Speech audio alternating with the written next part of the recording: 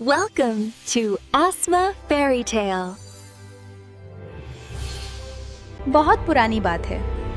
जमीन के उस हिस्से में जहाँ पहाड़ों की चोटियाँ बादलों से बातें करती थी, वहाँ एक जादुई रियासत थी, सल्तनते कहकशां। इस सल्तनत का महल दुनिया के किसी भी आम महल जैसा नहीं था।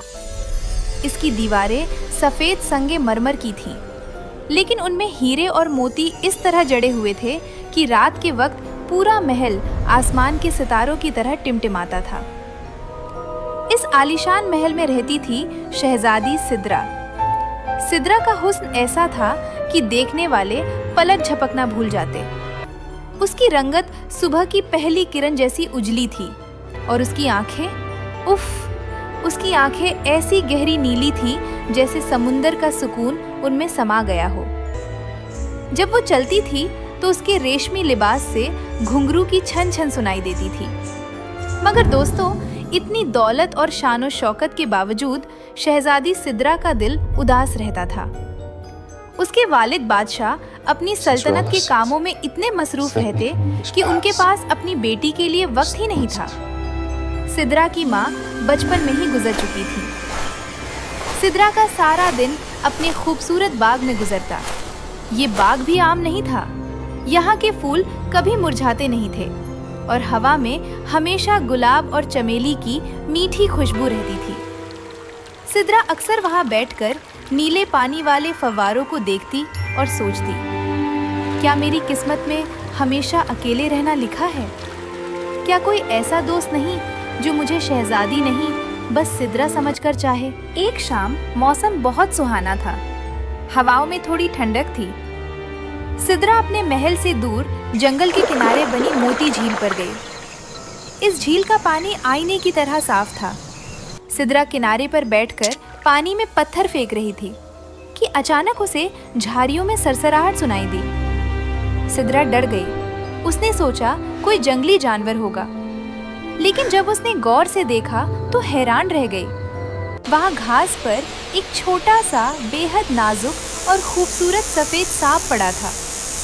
वो सांप इतना सफेद था जैसे ताज़ा गिरी हुई बर्फ हो और उसके जिस्म पर चांदी जैसी धारियां थीं।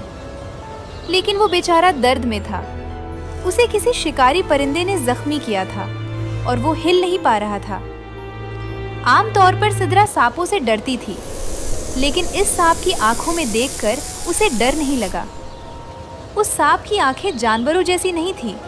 वो इंसानों की तरह नम और मासूम थी। उन आंखों में एक पुकार थी, एक मदद की इल्तिजा थी। सिद्रा ने अपने डर को दिल में दबाया और धीरे से आगे बढ़ी। डरो मत नन्हे दोस्त, मैं तुम्हें चोट नहीं पहुंचाऊंगी। उसने अपनी रेशमी चुन्नी उतारी और बहुत एहतियात से उस सांप को उठा लिया। सांप ने काटने की कोशिश नहीं की, बल्कि वो सुकून से सिद्रा की गर्म हथेलियों में सिमट गया। सिद्रा चुपके से उस सफेद सांप को अपने कमरे में ले आई। अगर बादशाह या सिपाहियों को पता चलता तो वो उस सांप को मार देते, इसलिए सिद्रा ने उसे अपने सबसे पसंदीदा हीरो जड़े संदूक में एक नरम गद्दे पर रखा। सिद्रा ने शाही हकीम की बनाई हुई सबसे नायाब मरहम निकाली और सांप के जख्म पर लगाई। सांप दर्द से थोड़ा तड़पा, लेकिन फिर उसने प्यार से अपना सर सिद्रा की उंगली से छुआ। सिद्रा मुस्कुराई। तुम कितने प्यारे हो। आज से तुम्हारा नाम नूर है, क्योंकि तुम अंधेरे में भी चमकते हो। दिन गुजरते गए। नूर अब बिल्कुल ठीक हो चुका था, लेकिन वो वापस जंगल नहीं गया। वो सिद्रा का साया बन गया था। जब सिद्रा सोती, वो उसके सिरहाने पहरा देता। जब सिद्रा बाग में घूमती, वो उसके कंधे पर बैठा रहता। सिद्रा उसे अपने दिल का हाल सुनाती। जानते हो नूर, मेरे वालिद चाहते हैं मैं पड़ोसी मुल्क के शहजादे से शादी कर लूं। सुना है वो बहुत घमंडी है। काश कोई ऐसा होता जो मेरे दिल की सादगी को समझता।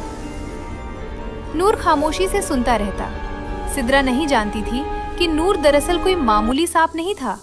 वो परिस्तान का शहजादा अरहम था, जिसे एक जालिम जादूगरनी ने श्राप दिया था, क्योंकि अरहम ने उसकी बेटी से शादी करने से इनकार कर दिया था। श्राप ये था कि वो तब तक सांप रहेगा जब तक कोई जमीन की शहजादी उसे उसके सांप रूप में सच्चा प्यार न करे। खुशी के दिन जल्दी गुजर जाते हैं। सिद्रा की जिंदगी में भी तूफान आने वाला था। एक रात अचानक मौसम बदल गया। तेज हवाएं चलने लगी और महल के दिए बुझने लगे। महल के दरवाजे पर एक जोरदार दस्तक हुई। वहां एक लंबा काले लिबास में लिपटा आदमी खड़ा था। उसकी आंखें अंगारों की तरह लाल थीं। वो वही जादूगर था जिसकी माँ ने अरहम को श्राप दिया था। उसे अपनी जादुई शक्तियों से पता चल गया था कि शहजादा अरहम यहाँ छुपा हुआ है। बादशाह सलामत, मैं दूर देश का सौदागर हूँ। मैंने सुना है आपकी बेटी सिद्रा बहुत हसीन है। मैं उसके लिए नायाब तोहफे लाया हूँ। लेकिन उसकी नीयत कुछ और थी। वो महल में घूमकर उस सफेद सांप को ढूंढ रहा था ताकि उसे हमेशा के लिए खत्म कर सके। रात के वक्त जब सिद्रा अपने कमरे में नूर को खाना खिला रही थी, अचानक खिड़की खुली और जादूगर अंदर कूद गया। मिल गया छुपा हुआ शहजादा। सिद्रा घबराकर नूर के सामने खड़ी हो गई। खबरदार जो मेरे दोस्त को हाथ लगाया। जादूगर ने अपनी काली छड़ी निकाली। हटिए शहजादी, ये कोई सांप नहीं, ये मेरा दुश्मन है। आज इसकी मौत पक्की है। जब तक मैं जिंदा हूँ तुम इसे कुछ नहीं कर सकते। जादूगर को गुस्सा आ गया। उसने छड़ी घुमाकर एक आग का गोला नूर की तरफ फेंका। नूर अपनी फुर्ती से बच गया और जादूगर के हाथ पर लपककर काटने की कोशिश की। लेकिन जादूगर ताकतवर था। उसने नूर को पकड़कर जमीन पर पटक दिया। नूर बुरी तरह जख्मी हो गया। जादूगर ने दूसरा वार करने के लिए छड़ी उठाई। इस बार निशाना पक्का था। नूर हिल नहीं सकता था। मौत उसके सर पर खड़ी थी। लेकिन तभी शहजादी सिद्रा बीच में कूद गई। जादूगर का जादू सिद्रा के कंधे पर लगा। सिद्रा चीखकर जमीन पर गिर पड़ी। महल का सन्नाटा टूट गया। नूर ने अपनी शहजादी को गिरते हुए देखा। उसके अंदर एक ऐसी ताकत जागी जो सदियों से सोई हुई थी। उसने देखा कि जिस लड़की ने उसे बचाया था, आज वो उसके लिए अपनी जान दे रही थी। सिद्रा बेहोश पड़ी थी। नूर रेंगता हुआ सिद्रा के चेहरे के पास आया। दोस्तों, उस वक्त उस नन्हे सांप की आंखों से 2 मोटे आंसू टपके और सिद्रा के गाल पर गिरे। ये आंसू पछतावे के नहीं, सच्ची मोहब्बत के थे। जैसे ही वो आंसू सिद्रा को छुए, कमरे में एक तेज सफेद रोशनी फैल गई। जब रोशनी हल्की हुई तो वहां कोई सांप नहीं था। वहां सिद्रा के पास एक बेहद हसीन और रोबदार नौजवान बैठा था। उसने सफेद रेशमी लिबास पहना हुआ था और सर पर हीरो का ताज था। ये शहजादा अरहम था। अरहम ने जल्दी से जादूगर की छड़ी छीनकर तोड़ दी। छड़ी टूटते ही जादूगर धुएं में बदलकर हवा में गायब हो गया। अरहम ने सिद्रा के माथे पर अपना हाथ रखा। परिस्तान की जादुई ताकत से सिद्रा का जख्म भर गया और उसने धीरे से अपनी नीली आंखें खोल दी। सिद्रा ने आंखें खोली तो अपने सामने उस अजनबी शहजादे को देखकर घबरा गई। अरहम ने मुस्कुराते हुए कहा, सिद्रा, मैं वही हूँ, तुम्हारा नूर। तुम्हारी सच्ची दोस्ती और कुर्बानी ने मेरा श्राप तोड़ दिया है। सिद्रा की आंखों में खुशी के आंसू आ गए। उसे यकीन नहीं आ रहा था कि उसका छोटा सा दोस्त इतना बड़ा और हसीन शहजादा है। बादशाह भी शोर सुनकर वहां आ गए। जब उन्हें सच्चाई पता चली तो उन्होंने खुशी खुशी शहजादा अरहम का इस्तकबाल किया।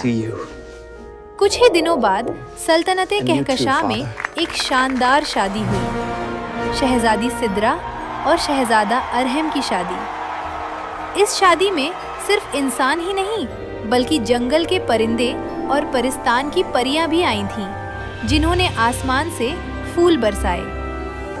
अब सिद्रा कभी तन्हा नहीं थी। वो और अरहम हमेशा हमेशा के लिए खुशी से रहने लगे। और कहते हैं, आज भी अगर आप उस महल के बाग में जाएं तो वहाँ सफेद सांप नहीं लेकिन सफेद फूल जरूर खिलते हैं, जो सच्ची दोस्ती की निशानी है। तो दोस्तों, शहजादी सदरा और सफेद सांप की ये जादुई कहानी आपको कैसी लगी? हमें कमेंट करके जरूर बताएं।